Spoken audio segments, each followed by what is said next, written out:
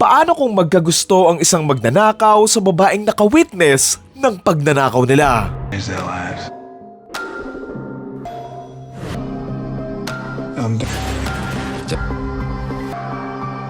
This is the last.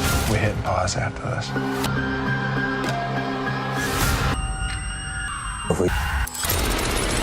Susundan natin dito ang isang grupo ng mga magnanakaw sa isang bangko. Ay kukunin nga silang isang babaeng empleyado bilang isang hostage na papakawalan din naman nila kung saan dito nga magkakagusto yung isa sa mga magnanakaw sa babaeng ito. Sa mga susunod na araw, hahanapin nga nung lalaki yung babae na ito at makikipagkilala nga siya dito habang hindi nga nito alam na isa nga siyang magnanakaw. Kung saan magkakagustuhan nga sila na hindi magiging madali ngayong hinahunting na nga sila ng mga pulis bago nila magawa ang huling pagnanakaw nila. Title ng movie, The Town. Tagal ko na tong gustong mapanood and nasa top 10 nga ng Netflix and so pinanood ko na. Ang ganda ng heist movie na to na it reminds me a lot doon sa movie na hit na pinagbibidahan nga nila Al Pacino and Robert De Niro. Tawang-tawa ako doon sa scene dito na nakita nga sila ng isang pulis habang nakamaskara pa nga sila tapos may dala pa nga sila mga beng-beng pero imbes na isumbong nga sila ng pulis, nagkunwari na nga lang ito na wala nga siyang nakita ganon. Natawa din ako sa part nga dito nung sinabihan nga ni Ben Affleck si Jeremy Renner na may gagawin tayong masama, hindi ka pwedeng magtanong, may masasaktan. G ka ba? Tapos, nagtiwala siya agad and goods na siya agad eh.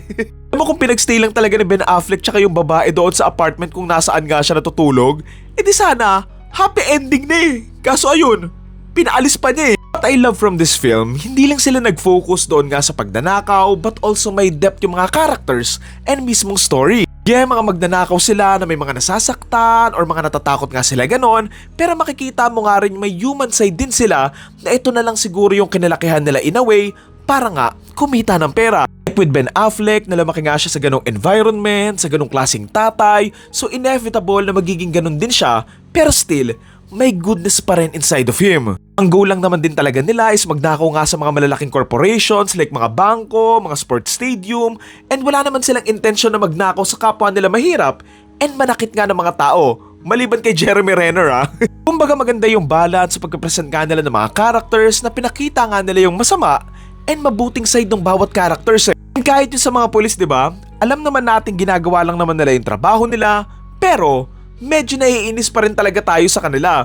And that's brilliant writing kung iisipin mo kasi you've made the audience root doon sa mga masasamang tao in terms of law eh. Also love here din pala yung relationship nga ng character nga ni Ben Affleck and ni Jeremy Renner na hanggang sa dulo, never nga nilang binetray yung isa't isa na parang din kasi talaga silang magkapatid na kahit pinapakita all throughout the movie na masama ding tao din talaga si Jeremy Renner. So alam mo yun, it's an interesting look sa pag-uugali nga ng ilang mga tao na yung humanity nga nila nakabase lang kung sino nga yung kakilala nila and mga mahal nga nila sa buhay. Bilang isang heist movie, hindi to sobrang action-packed pero good enough naman yung mga pinakita nila na talagang sobrang intense din naman. Like yung sa opening, tapos nung nagnakaw nga sila doon sa truck na nakapangmadre sila, tapos syempre yung sa dulo na na-corner nga sila doon sa stadium and naubos nga sa halos lahat sila. Nakalungkot din pala dito yung scene na nakita nga ni Ben Affleck na nataygi nga si Jeremy Renner na even though may mga hindi sila pagkakaintindihan, at the end of the day,